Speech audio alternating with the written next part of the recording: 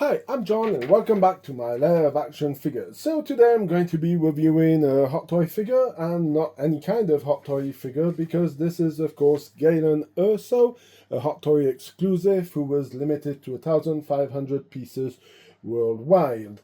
So of course we're going to be talking a bit about it. So I'm going to give the box a little spin. As you can see, there's a lot of reflection due to the fact that the way the box is built. So I'm sorry about that, but yeah, let's start about it. So this figure is MMS 775. Of course, that's if you want to look it up on Hot Toys website, and if you want to go and check it out on Sideshow's website, it's 915049. Now, there's something to know about it. If you go to Sideshow's website, you can get it for $385 plus another $10 of contribution to the tariffs. Or you can buy it off on eBay and you will be paying it a bit cheaper because this was a Celebration Japan of 2025, and that was between the 18th and the 20th of April. So yeah, as you can see, it's an interesting figure, and personally I don't mind paying it a little bit more due to the fact that I'm a huge fan of Rogue One, and I believe that Rogue One is the better movie, or the best movie that Disney produced since they acquired the license for Star Wars. So of course, you would have recognized that it's Mads Mikkelsen who plays the role of Gelan Erso. His brother plays Admiral Thrawn in the Ahsoka series, so that's for the little trivia. So anyway, we're going to give this one a little end spin so that we can start the unboxing of this figure. So let's start unboxing our Gelan Erso. As you can see, this shininess gives a bit of reflection, so I have to really watch out so that the light doesn't bounce off it. But the texture of the box is pretty nice, I must say. It gives a kind of a more richer feeling to the figure itself, because for the price, well, I guess you could ask for something a bit more richer. And of course we have the nice little insert over here, who would make sense if you could spin this around and then should have your figure put in this way, and you could have it leaning against your vitrine. I think this is something Hot Toys may want to reconsider, but of course this is pretty neat having this over here. And here is our figure. Now I can already hear some people saying in the comment section, ooh, but this figure does not look to have a lot of stuff in the box. Well, again, I will agree with you on the fact that the figure is pretty poor, but a lot of Hot Toy figures, especially some of the Star Wars ones, are pretty poor in what you get in the box. But again, this guy is a scientist, and let's push this around over here so we get everything out of the way. And let's get this straight away out of the way, because this is going to give some reflection onto the lights in my studio. So, oh, this one seems to be really put in hard. So let's spin him back into position. So here's everything that you get in this box. So of course we're going to unhook the manual over here. I'm just going to scotch this back onto the box, because then it doesn't matter. So hops. So of course we have the manual, then we have of course the extra pegs. Ooh, little bits of pieces from the belt just in case. Always comes in handy. Then we have the tool to move his eyes around. And of course over here we have 1, 2, 3 and 4 hands plus the ones on the figure. That makes 6 in total. Then we have the blaster over here. It was a bit surprising that he has a blaster due to the fact that he's a scientist, so that does not really make any sense. Of course, if you have Gelan Erso, you will remember this little box over here, who's the hard drive with the information from Stardust. Then we have a very interesting little part over here, who looks like one of those cards like the ones that they pass in Rogue One. That's a nice little touch to it. Oh, then afterwards we do have some little pens over there. Then we have of course the Death Star over here, and we're going to go and turn this around because those are pretty hard to get out. Also made out of plastic. We're going to have a closer look at all of that when I'm going to be taking this out, but from the angle I was, it was pretty hard to get this out, and these are very little finicky pieces for it. So of course, let's remove our Gelan Erso,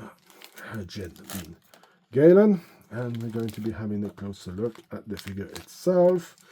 Hopefully it does not have any kind of stupid scotch tape around, so this will come off pretty easily. I see that they put some extra plastic around over here. I'm kind of surprised that they did it. Oh, they did it in that way. Well, okay, so forget about it.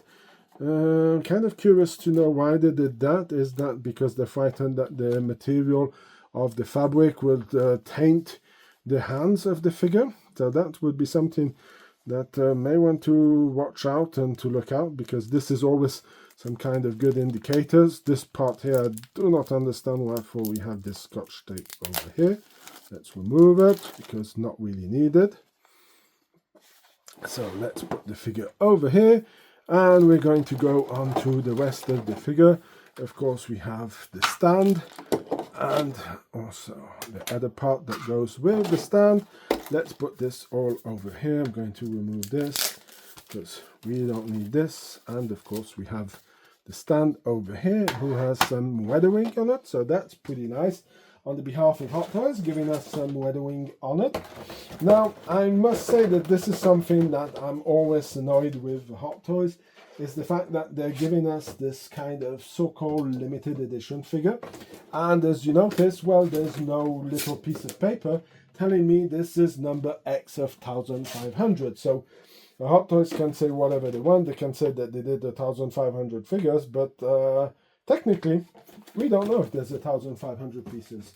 We have to believe them and have a tendency of not really trusting them because they're not always really truthful. Anyway, I'm going to be putting up this figure and we're going to have a closer look at it.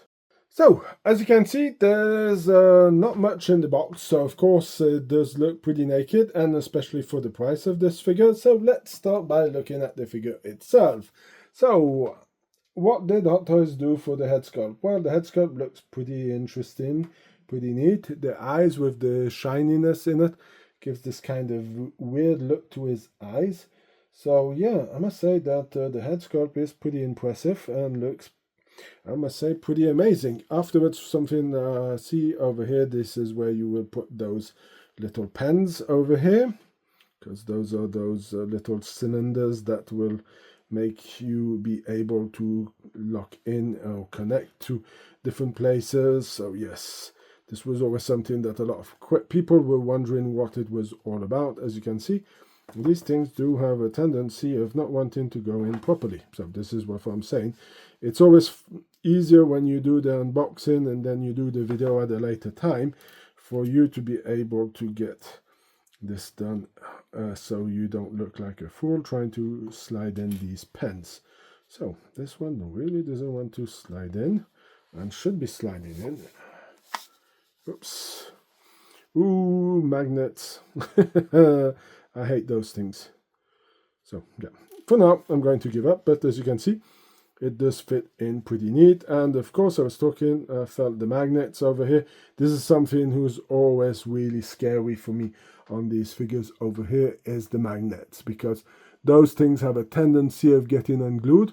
But I must say, it is pretty impressive. As you can see, it's very hard to see where the hair was cut. So I must say that Hot Toys, on this figure, you did an amazing job at it. And the fact that you can have access with the tools over here to move the eyes, it also makes it pretty easy. So let's see if I can get some eye movement around. I actually really hate it. I think it's more of a gadget than anything else. You see, you try to move them around. So let's see if we can get this a bit. So yeah.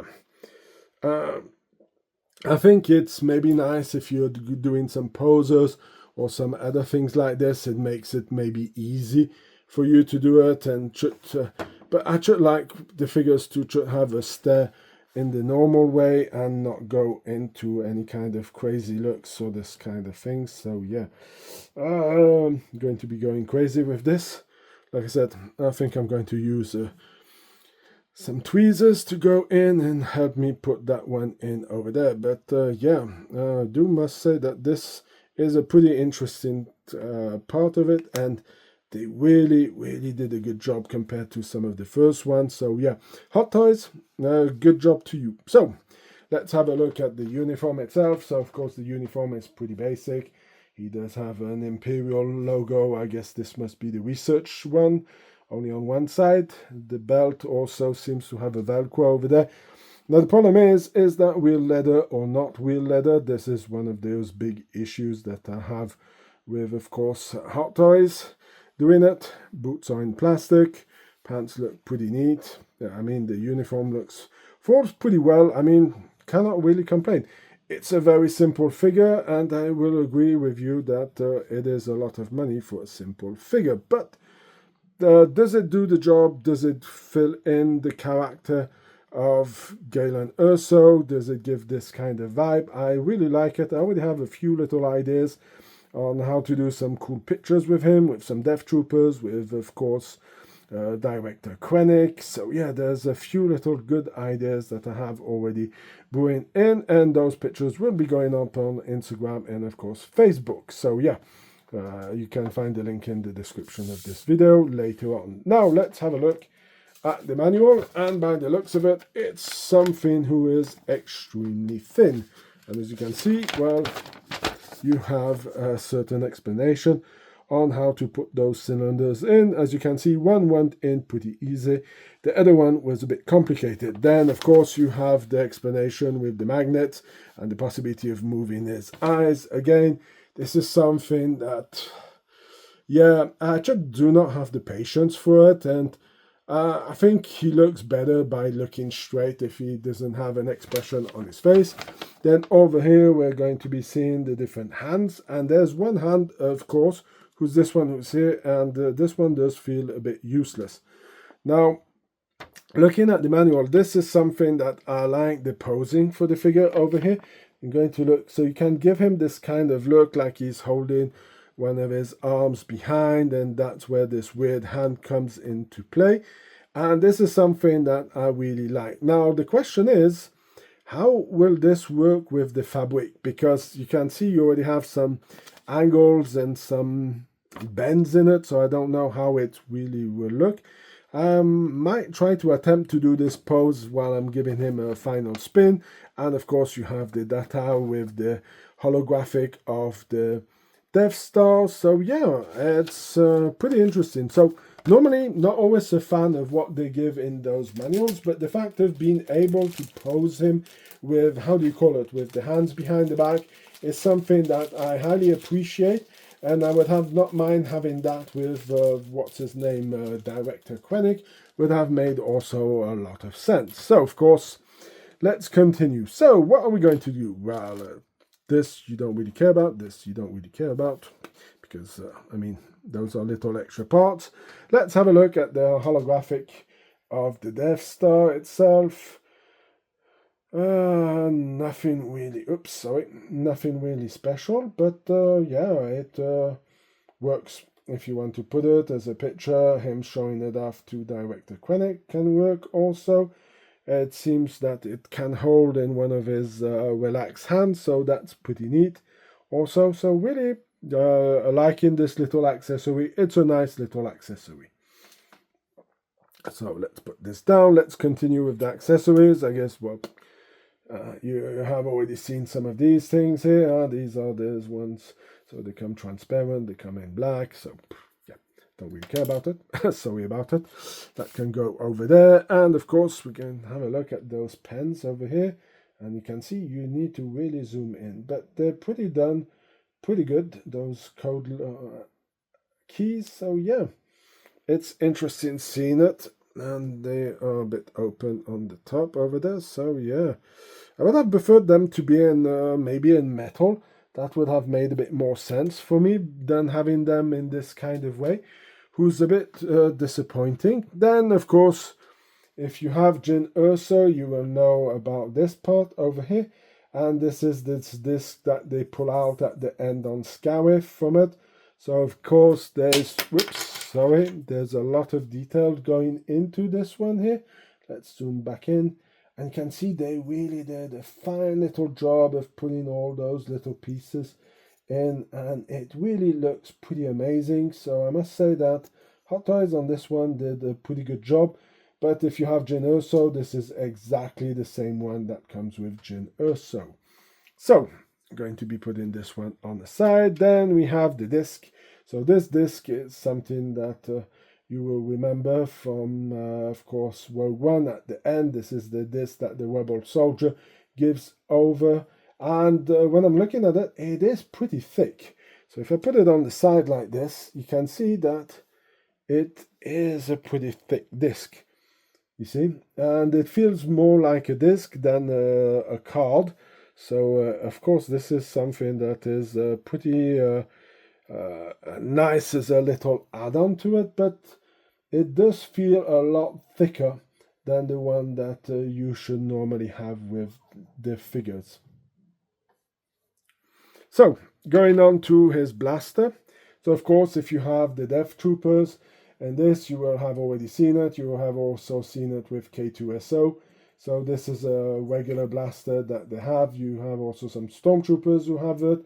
So again, it's a nice add-on to the figure, but would he really have it? And also, as you can see, there's some scratches and some wear on it, and I don't really think that this guy would have any kind of little bits of paint off his weapon, because I guess even if he was trained in firing those weapons, I guess that would be the closest that he ever got into combat.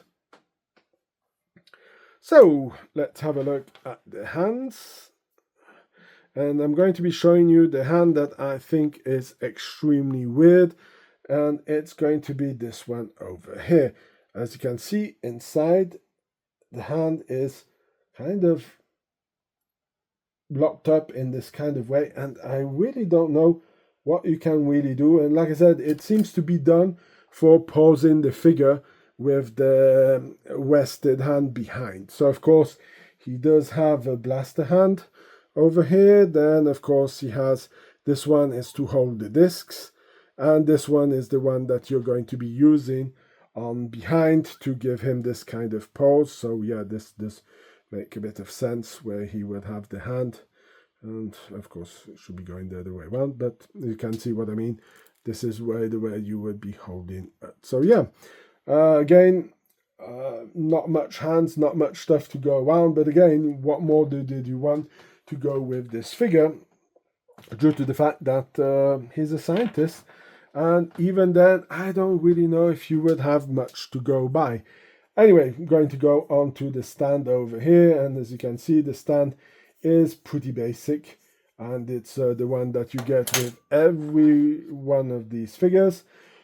Now, I must say that this one stand, I really like the idea of what they did, and you have the weather wing. This is something that I think that this should be the base of every stand that you get with every Hot Toys. With the weather wing on it, it makes sense that people are marching, so of course there's going to be scratches and marks on it. It's not going to be clean, so it does work pretty cool, and I do like this kind of stand with the weather wing. Really nice little add-on. If you wanted to be a bit nitpicky, I would have liked to have a little sticker like you have with certain figures that you could put. Maybe that one could have been said, hey, you know, you put the sticker on Gelan Erso, number 10 of 1500, or whatever your number would be, and that would have made a pretty fine, nice addition to it. So now that we've got around it, I'm going to be posing it, giving it a final spin, and I'm going to give you my note. Is it a collectible item?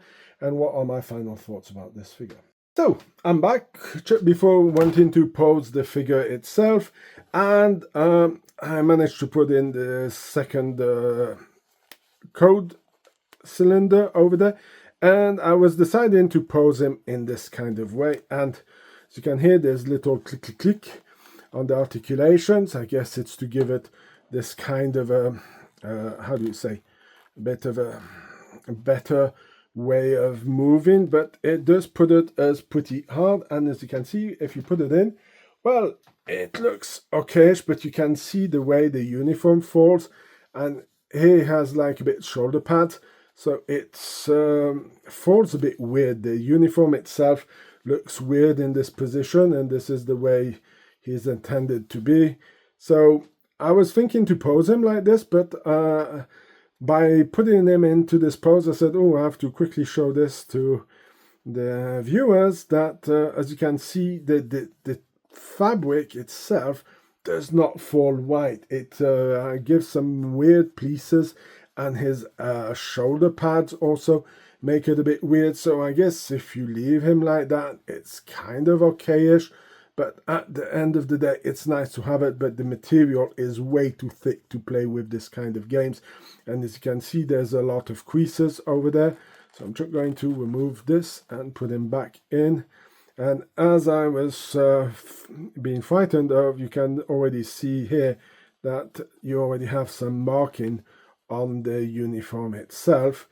And you may want to stretch this out a little bit so that it goes back into a more normal position on the figure itself. So as you can see, it's possible to do, but I would strongly suggest you not to do it because this could be problematic. Anyway, I will see you back in a jiffy with them having spinning him around. So here is my Gelan Erso all geared up and put up on the stand so that you can admire him and give him a little spin. He's showing off the Death Star hologram projector, and he has the disc with the Death Star information on it. So while he's going to get a little spin and we can have a look at it, I'm going to be telling you what my final thoughts are about this figure, also my note out of 10 for this figure, and of course, is this a collectible item? So let's get that part out as fast as possible. Is this a collectible item? Well, the answer is yes. I can understand that some people were saying, well, for the price it is sold on Sideshow, it's a lot of money, and I will agree with it. The fact that you can still buy it off on eBay for roughly the same price it was sold in Japan, who's about $240, $260. So you have to remember, people have to pay eBay fees, so if you're buying it at that price and you get free shipping, the guy is selling it under the cost. So there's a lot of figures you may want to watch out on eBay that don't have the head, because people use the head to make a custom figure, I guess, of Hannibal Lecter. So, as you can see, it should be with 1,500 pieces.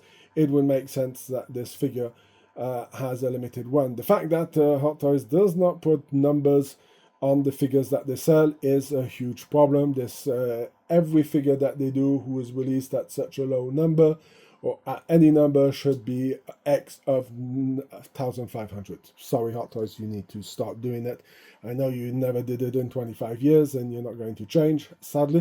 You may have done it with one or two figures, I think, but mostly all the figures I ever got from you or from Sideshow were all not numbered. So that's a big problem. So yeah, I do think it's a collectible item.